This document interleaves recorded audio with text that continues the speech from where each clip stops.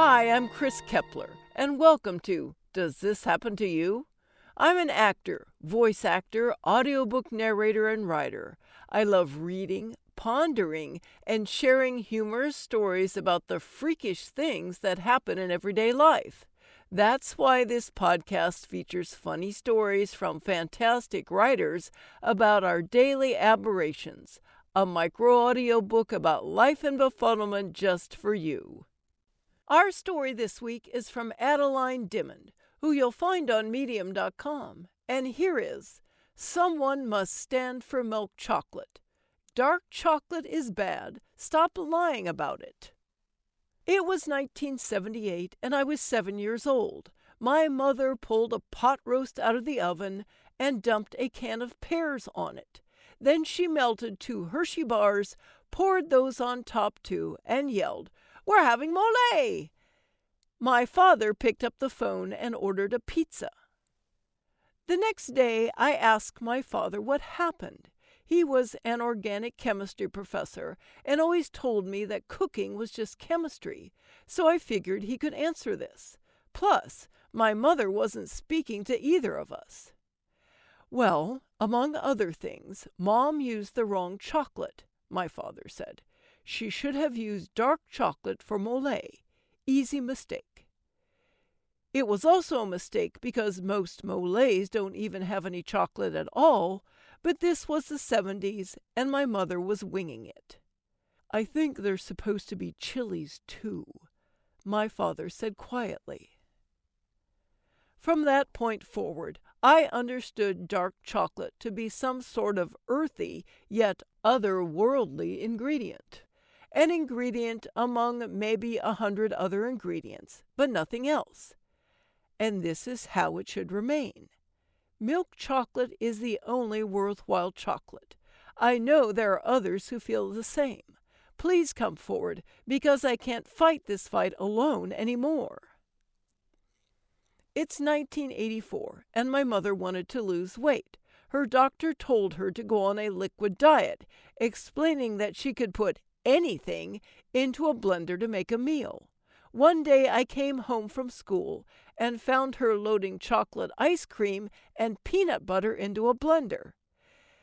"I don't think that's what Dr. Pivko meant," I said, standing a safe distance away in the kitchen door.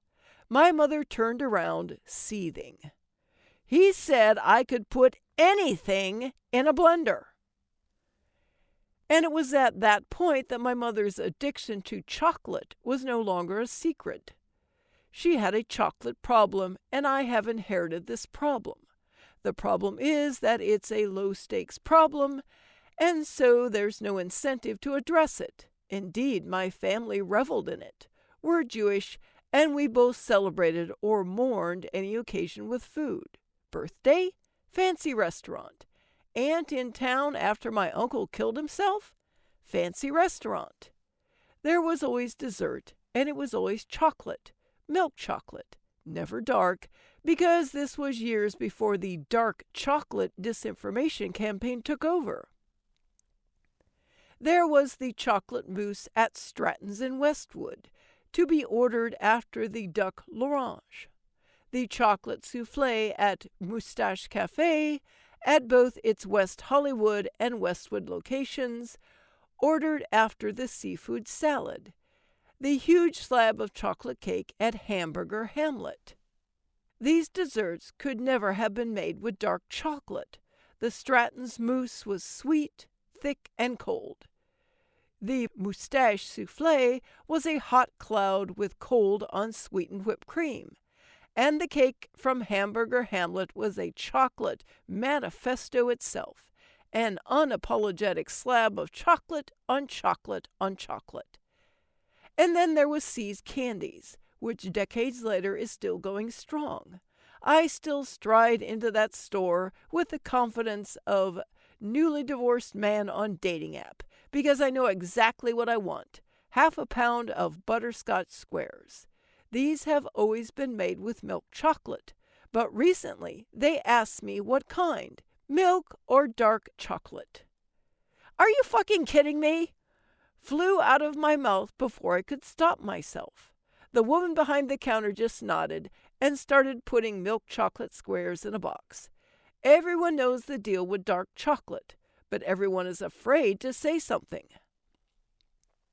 The fact is that dark chocolate is bad. Dark chocolate is the avant-garde movie you don't want to see, the punk band you pretend to like, the mosh pit you don't want to jump into, an outdoor pool in the winter. I don't remember what year it is, but I'm in my 30s, and all of a sudden dark chocolate is everywhere. Not as an ingredient in a sauce with 100 other ingredients, but on its own, presented to us as if we should eat it by itself. For pleasure. It made no sense, but everyone pretended it did. There was chatter about antioxidants and health benefits. I got scared.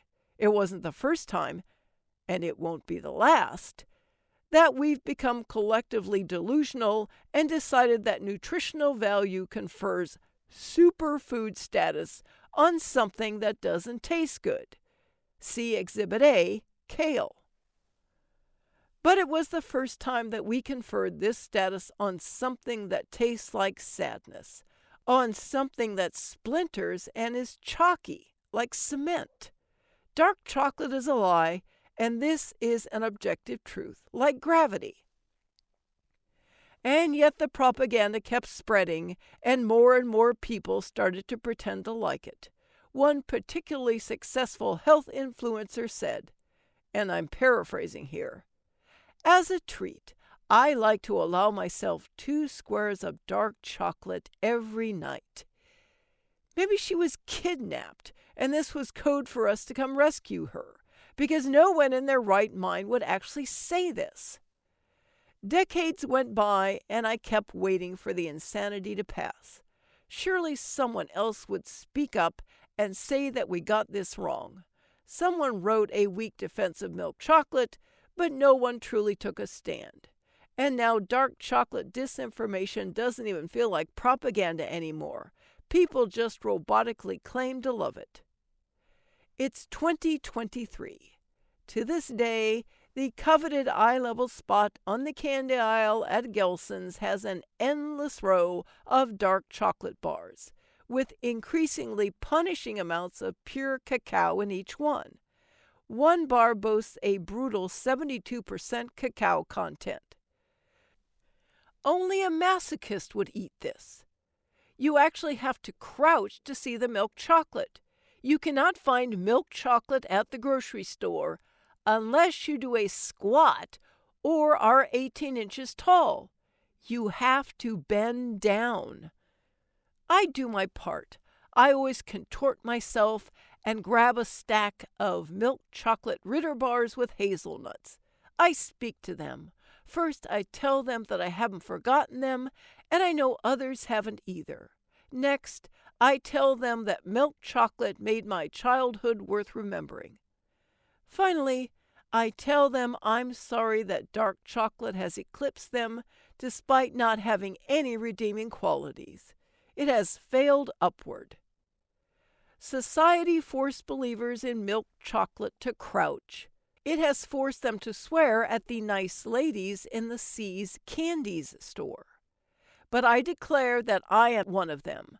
I declare that I not only prefer milk chocolate to dark, I know that dark chocolate is a collective delusional lie. I know I am not alone in this. Come forward. It's time. Let's rise. Thanks so much for listening. If you enjoyed this story, let me know and share it with your friends.